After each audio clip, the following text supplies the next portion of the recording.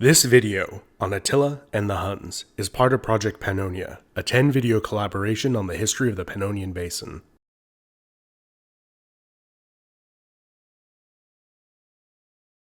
One of the most pivotal events in human history was the fall of the Western Roman Empire. This event did not have one overarching or encompassing cause, but many. The most catastrophic and dramatic of these causes was the mass migration of Germanic peoples into the Roman Empire. They were not merely invading, taking advantage of a weakened Rome, but fleeing from an enemy they viewed as a greater threat. They were the Huns.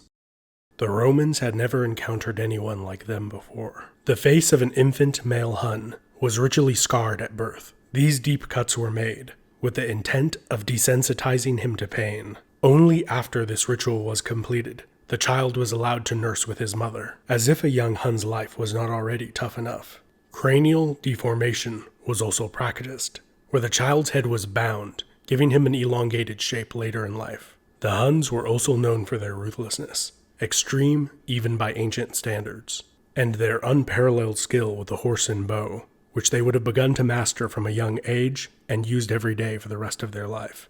The butterfly effect of cascading events that came to full fruition in the Roman Empire in the 4th and 5th centuries began on the other side of the world over 500 years earlier. The warring states of China had recently been united, and the construction of a great wall had begun to keep the many nomadic tribes of the north out of China. This Chinese unity motivated the many nomadic tribes and peoples of the north to do the same, and in 209 BC, the Xiong Nu Confederacy was formed. During the early Chinese Han Dynasty, the Xiongnu were able to bypass the Great Wall with seemingly little effort and raid the south with impunity. The Xiongnu began to extract regular tribute from the Han Chinese in exchange for not attacking them. In addition to silk and other luxury items, the two forms of tribute most demanded by the Xiongnu were Chinese brides, some of whom were of noble birth, and large amounts of wine, both of which they had acquired a taste for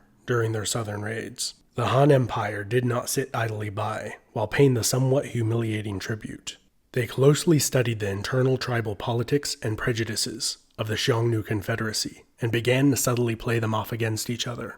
Once a substantial number of allies was gained north of the wall, the Chinese stopped paying tribute to the Xiongnu and instead began paying the nomads to fight among themselves and support Chinese campaigns north of the Great Wall. These extremely costly campaigns became more and more successful over time. During the 1st century AD, the Xiongnu Confederacy split into 3 parts. The southern Xiongnu became a Chinese vassal. In the east, the Xianbei, who had previously been allied with the Xiongnu, defected and formed their own confederacy.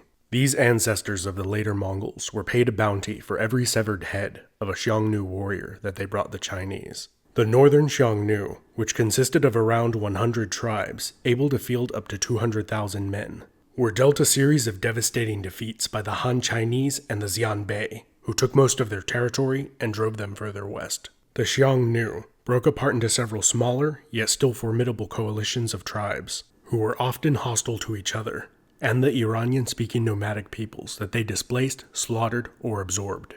The Xionites, Kiderites, and Hephthalites all moved to the south and began parasitical relationships with the Sassanid Persian Empire. These 3 tribal confederations have been called the Iranian Huns. However, there is a great deal of scholarly debate to what extent these 3 tribal confederations are related to the Huns that migrated westwards. One important thing to point out about the Xiongnu, and almost every other successful nomadic tribal confederation, including the Huns, is that they were not strictly ethnically homogeneous. Generally speaking, the first tribes that would join together to form a nomadic coalition became the nobility, while the larger outer circle of tribes that joined later had less prestige and less of a share in the spoils of war and tribute, especially if they were coerced to join by force. All of these tribes were spread over an immense geographical territory and intermarried with the settled and other nomadic peoples around them. The Xionites, Kiderites, and Hephthalites often married speakers of an Iranian language and adopted much of their culture. The Huns, who crossed the Volga River in about 370 AD,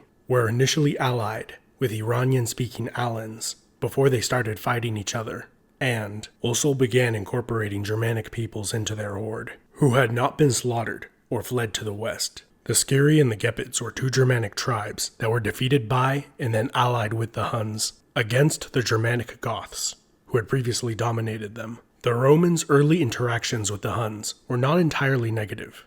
After pillaging Roman territory, causing a mass migration of Germanic tribes into the Roman Empire, and sending a severed head to Constantinople, as a way of saying, "Hi, want to be friends?" The Romans quickly employed the Huns to fix the problem they had created. Over the next several decades, even though the Huns sporadically raided Roman territory, they were much more likely to fight alongside the Romans than against them. In 406, they successfully helped defend Italy against a Gothic invasion, and were frequently employed as mercenaries by the Romans to keep troublesome German tribes in line. In 434, the brothers Attila and Bleda became joint rulers of the Huns. Their uncle Ruga, who had preceded them as ruler of the Huns, maintained an alliance with the Romans in the west, while attacking the Romans in the east. The Eastern Romans then negotiated an annual bribe of 700 pounds of gold to pay Ruga not to attack them. For the first decade of Attila and his brothers' rule, they generally followed the same policies as their uncle had, and were more focused on a rivalry with each other. This rivalry ended when Attila's brother Bleda bled out after a hunting accident. Attila then began to immediately raid the east, prioritizing the capture of Roman engineers, whom he used to create siege equipment. Now, the Huns were able to take walled cities. By 447, the Eastern Romans had had enough, and agreed to triple the annual tribute paid to the Huns to 2,100 pounds of gold. During the negotiations for the tribute, Attila mockingly called the Emperor Theodosius his slave multiple times.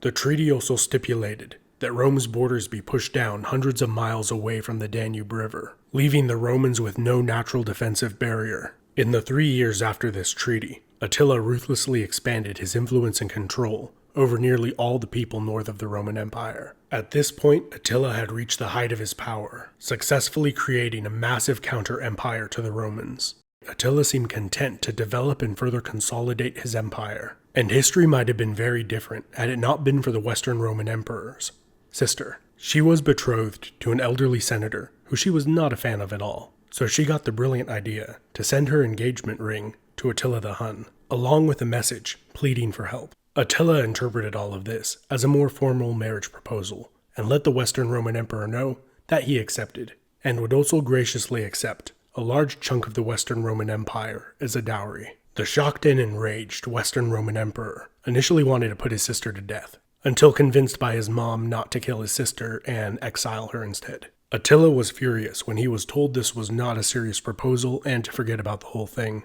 Attila then gathered together a massive army of all the Hun tribes in his empire, as well as a horde of German infantry to support them. In 451, Attila destroyed all the Roman cities bordering the Rhine River, and completely destroyed a Burgundian kingdom allied with Rome. Some historians have argued that Attila was going to break his alliance with the Western Roman Empire anyways, and use the engagement as an excuse to do so, or sped up his timeline. While Attila continued to destroy cities as he moved further into the empire, the Roman general Flavius Aetius gathered together his own coalition. The Romans, the Huns' former ally the Alans, and many German tribes, notably the Visigoths, Franks, and Saxons. After a massive battle between the two armies that was largely inconclusive, Attila withdrew to his tent capital city in the Pannonian Basin, near modern Budapest, where he spent the winter and planned a new campaign. The following year, Attila waged a successful campaign in Italy, plundering the countryside. As his army advanced on Rome, the Catholic Pope left the city to meet Attila, and according to Roman sources, he was miraculously able to convince Attila to spare the city. Perhaps Attila spared the city because he was impressed by the unarmed old man's bravery. Or maybe a bribe was paid.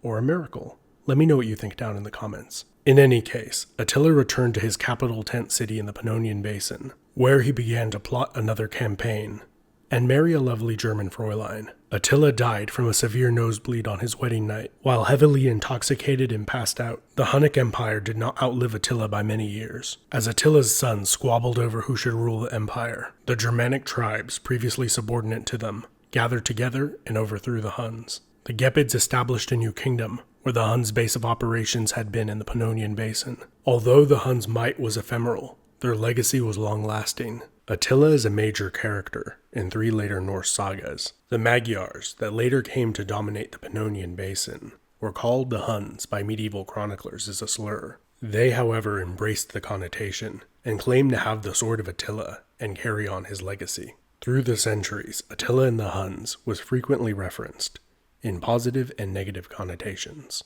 Until this day, Attila is a common name in Central Eastern Europe and in Turkey, where the Huns are considered a close Turkic relative. Be sure to leave a like, comment, and subscribe. And don't forget to check out M-Laser's video on Roman Pannonia, and Voices of the Past's video on Dinner with Attila.